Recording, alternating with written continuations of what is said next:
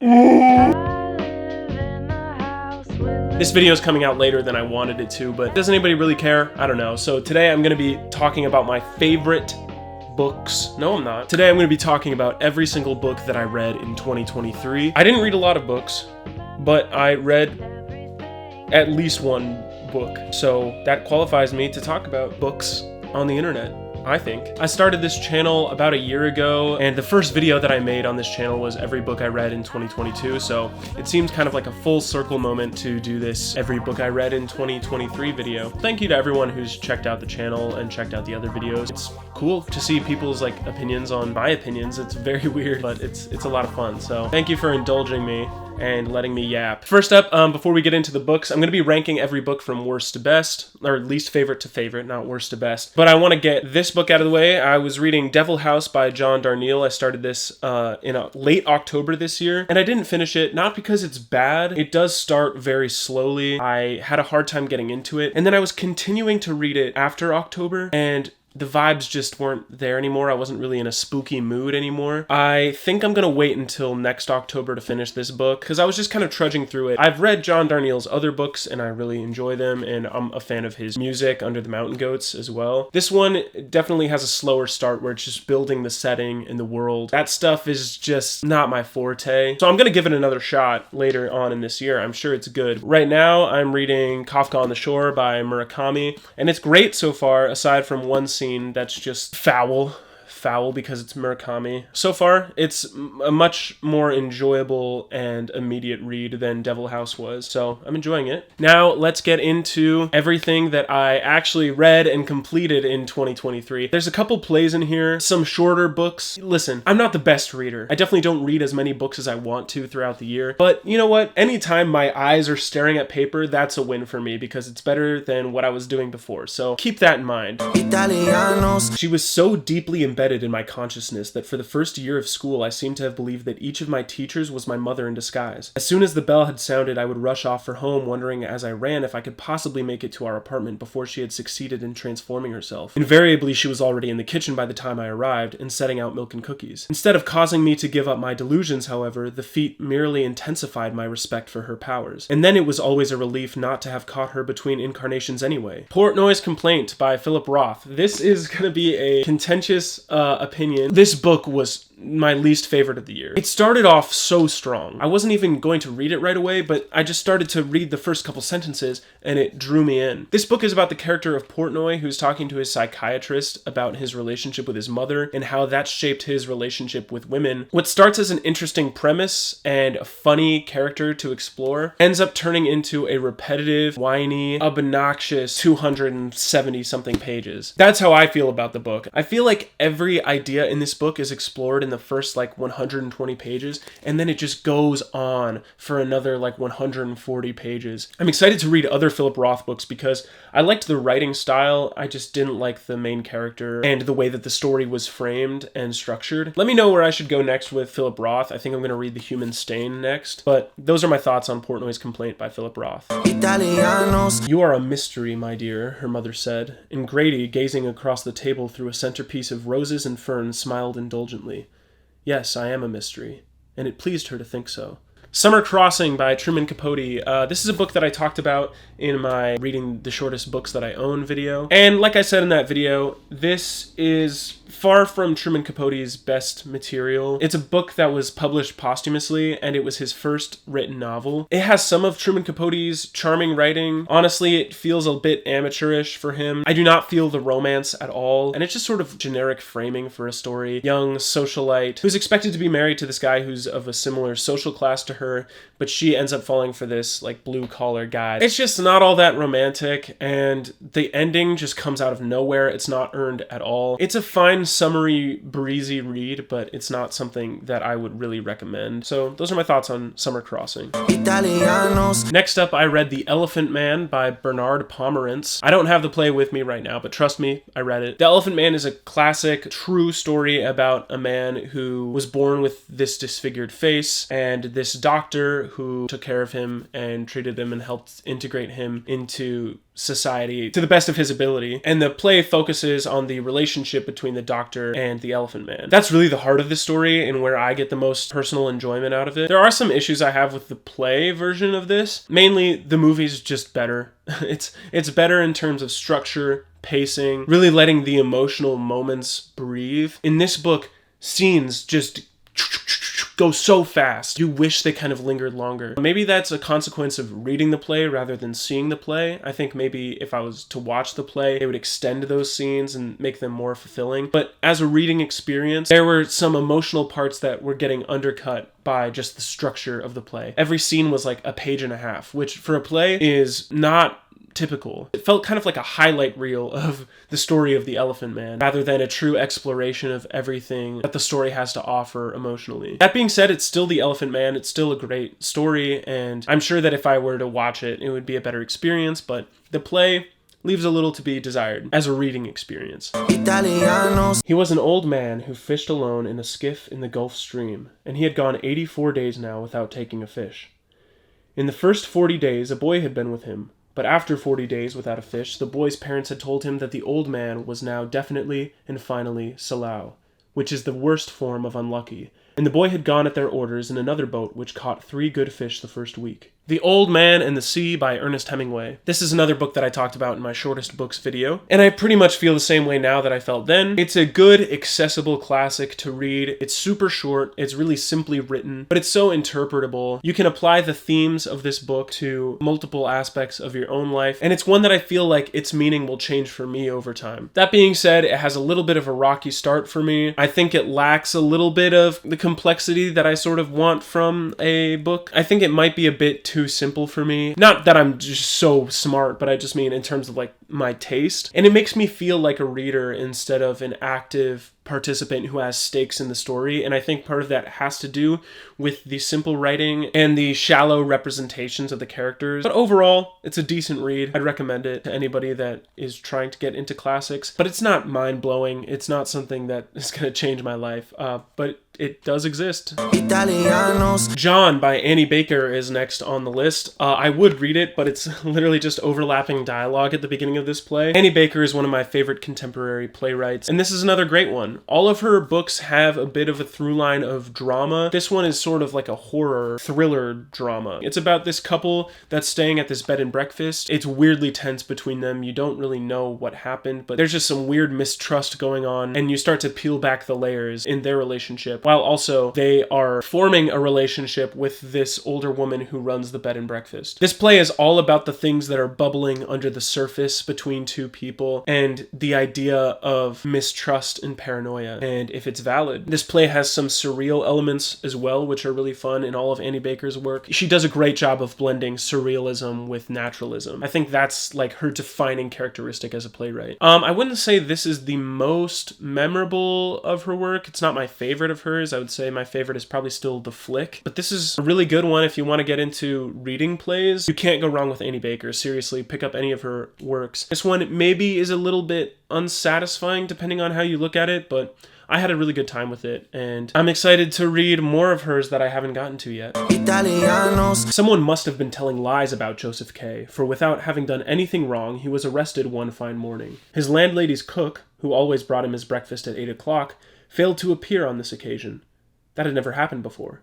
Kay waited for a little while longer, watching from his pillow the old lady opposite, who seemed to be peering at him with a curiosity unusual even for her. But then, feeling both put out and hungry, he rang the bell. The Trial by Franz Kafka. This was a book that I was really excited to get to because I really liked The Metamorphosis, which I read last year. I really enjoyed this overall. It took me a while to get through because it is dry at times. The main character doesn't really have any distinct, interesting personality traits. He's just sort of like an audience surrogate. And the book has some unfinished chapters. So literally there will be chapters that end abruptly and they're kind of unsatisfying. But I think it's an interesting exploration of the frustrating bureaucracy of the justice system and the less obvious ways that it can impose on citizens. It has a very dreamlike and surreal tone. And there are some parts that are pretty funny and entertaining and just very memorable sequences. Kind of a mixed bag of emotions for me, but overall I really enjoyed this and I'm excited to check out some of his other stuff. Italianos. When he woke in the woods, woods, in the dark and the cold of the night, he'd reach out to touch the child sleeping beside him.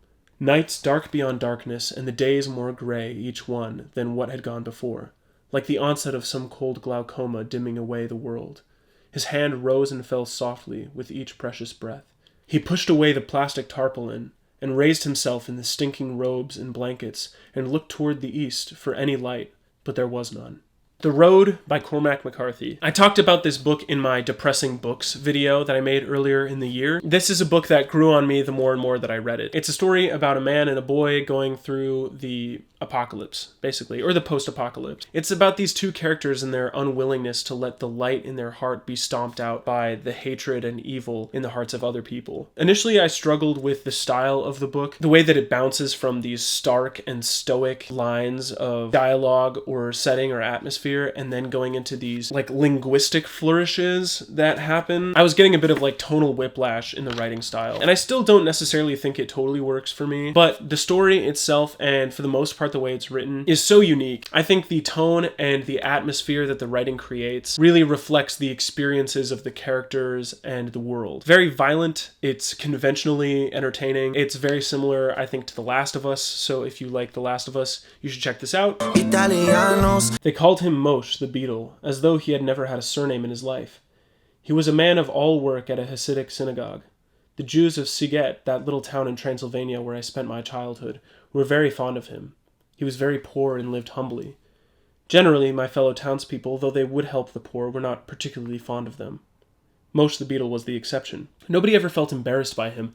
Nobody ever felt encumbered by his presence. He was a past master in the art of making himself insignificant, of seeming invisible. Keeping the depressing book train going, we have Night by Elie Wiesel. I don't really know how to pronounce it. This is a book that won the Nobel Peace Prize in 1986. It's a real live account of this guy's experience surviving the Holocaust and him having to witness all of his family dying. This is just such a sad book, man. I mean, not only is it a sad story, but the way that he writes it, he's so generous in letting us into his psyche and the psyche of people that have just been tortured, and how the Jewish people who were undergoing like the worst possible circumstance of genocide start to turn on each other. That's just what happens when you're being mentally tormented and physically tormented. How that can make you see the world differently, see each other differently, and how it can make survival seem like the only thing that matters. Really harrowing read, but clearly this guy has a ton of writing talent because he's able to say things in a way that you get all of the emotion. So I'm excited to read the other books in this trilogy. It's a compact little thing, but it's a powerful read, and I recommend it to everybody. And even if you struggle with this kind of stuff, I think it's still an important read. Italianos. All this happened, more or less. The war parts, anyway, are pretty much true. One guy I knew really was shot in Dresden for taking a teapot that wasn't his. Another guy I knew really did threaten to have his personal enemies killed by hired gunmen after the war, and so on. I've changed all the names. Slaughterhouse 5 by Kurt Vonnegut. This is my first Kurt Vonnegut book. It's awesome. I really enjoyed this. It's about this guy, Billy Pilgrim, who travels through time in a non-linear fashion because of this alien encounter that he had. It's really strange, but really creative. I love the framing device of the story, and it's mostly an anti-war book. I love the writing style. I love the self-referential stuff in here.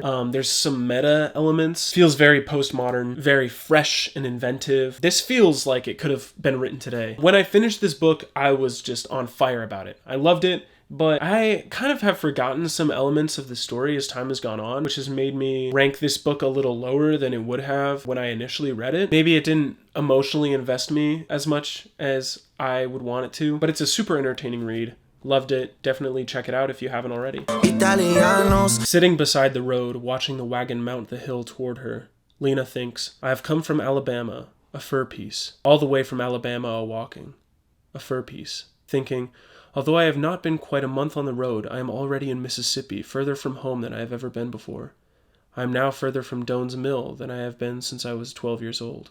Light in August by William Faulkner. This is a really harrowing exploration of racism in the South, as Faulkner always likes to touch on a little bit. Also about social alienation, about what it means to be a parent, about regret. It's a slow burn, but it's a great exploration of racial tension and the way that our environment and our circumstances of our upbringing can shape our lives. Faulkner is great at creating detailed and rich emotional lives of each character that he writes, and they have very specific voices. Every character talks differently, and it has some shocking and visceral moments that just left my jaw on the floor. It took a while for me to finish because the atmosphere of this book is depressing, and it's a long book to be feeling that way. There are some issues that I have with this book. There are some perspective and time shifts throughout the book, and they can be a bit disorienting and a bit clunky and kind of ruin the pace here and there. And it's not as experimental as I Lay Dying, which I read last year and is like my favorite book of all time now. I don't necessarily think that's a bad thing. Part of what I loved about As I Lay Dying so much was that experimentation with the narrative style. And while I wouldn't say this is like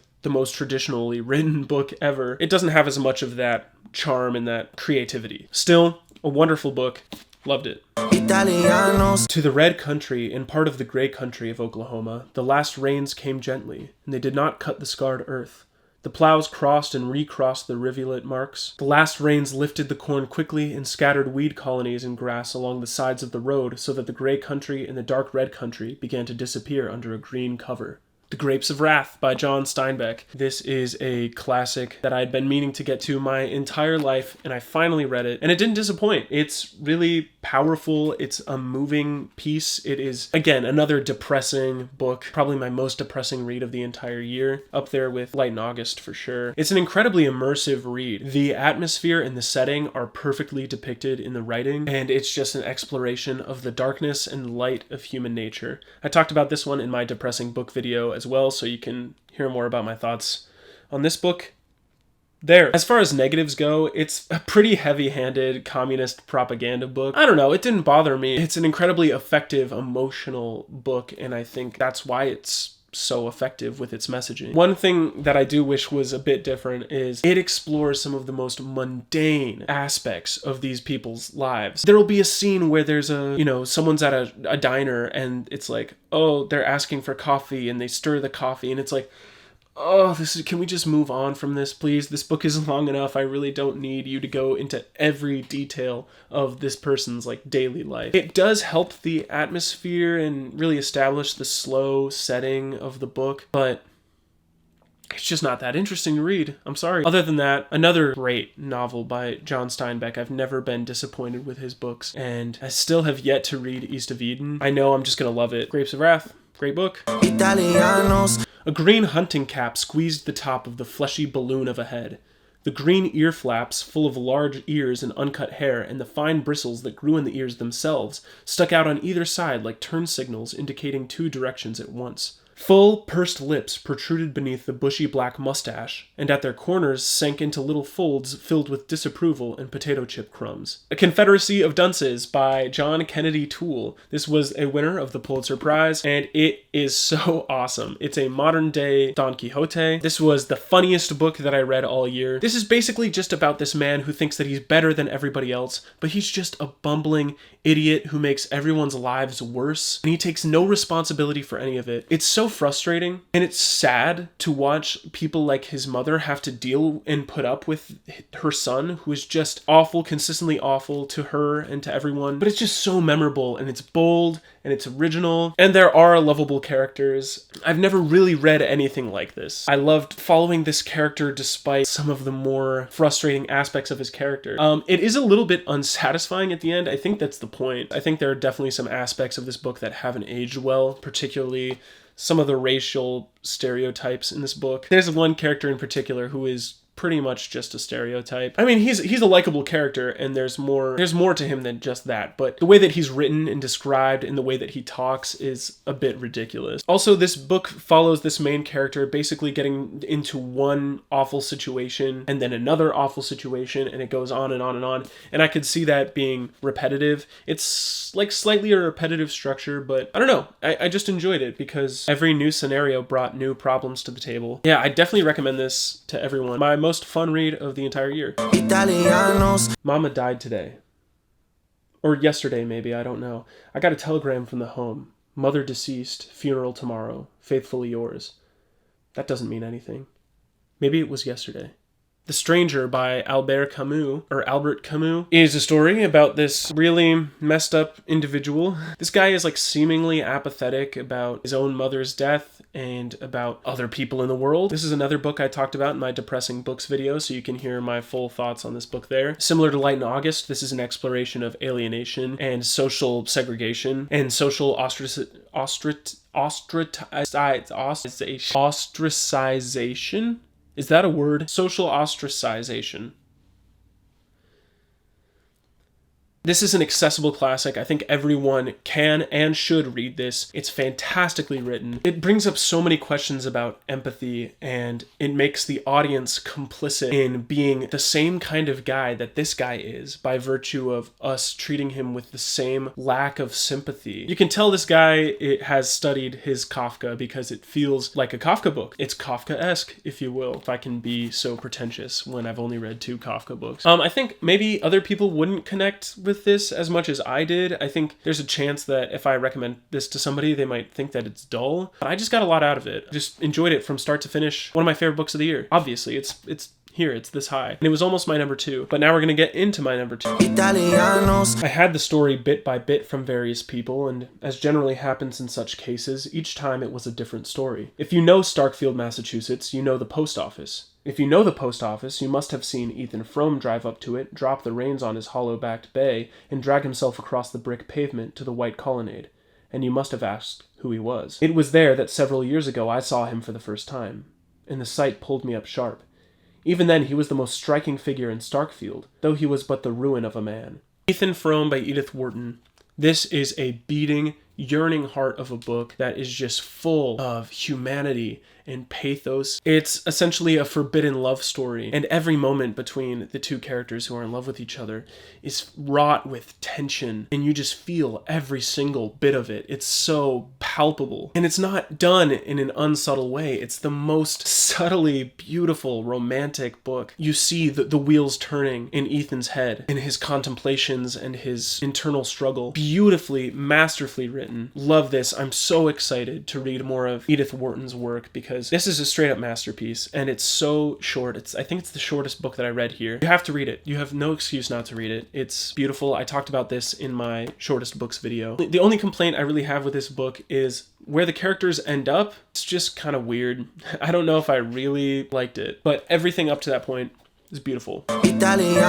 One summer afternoon, Mrs. Oedipa Maas came home from a Tupperware party whose hostess had put perhaps too much kirsch in the fondue to find that she, Oedipa, had been named executor, or she supposed executrix, of the estate of one Pierce Inverarity, a California real estate mogul who had once lost $2 million in his spare time, but still had assets numerous and tangled enough to make the job of sorting it all out more than honorary. Oedipus stood in the living room, stared at by the greenish dead eye of the TV tube, spoke the name of God, tried to feel as drunk as possible, but this did not work. The Crying of Lot 49 by Thomas Pynchon is my favorite read of the year. Like I just read, it's about this woman, Oedipa, who is tasked with being the executor of this man's estate, which is odd to her because the last time she'd spoken to this guy, they had a huge falling out. It seems more like a punishment than it does a gift. As she gets more into doing what she's supposed to be doing, she starts to unravel this conspiracy. It becomes larger than she could have ever imagined. It's a complex and genius plot that just dizzies and perplexes you at every single turn, each chapter revealing more and more information, but also just becoming more convoluted. Think about something like The Big Lebowski. This is considered to be one of the landmark postmodern books, and it's just a work of genius. There is no fat in this entire book. It's pretty short, but everything is packed with so much intention. It explores themes of predestination versus free will and manipulation, and whether those worldviews affect our actions or not. Yeah, this is a book that I just have constantly been thinking about since I read it, and I don't think I'm ever going to forget this book. Please let me know where to go with Thomas Pynchon from here. I think I'm going to read Vineland next,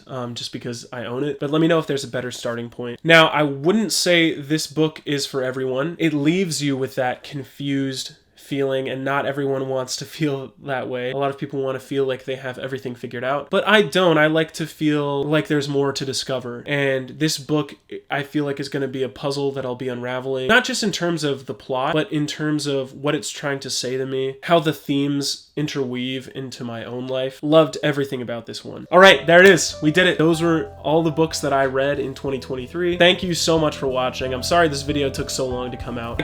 I'm dreading editing this together, but I hope you enjoyed watching, and stick around for some more content in 2024.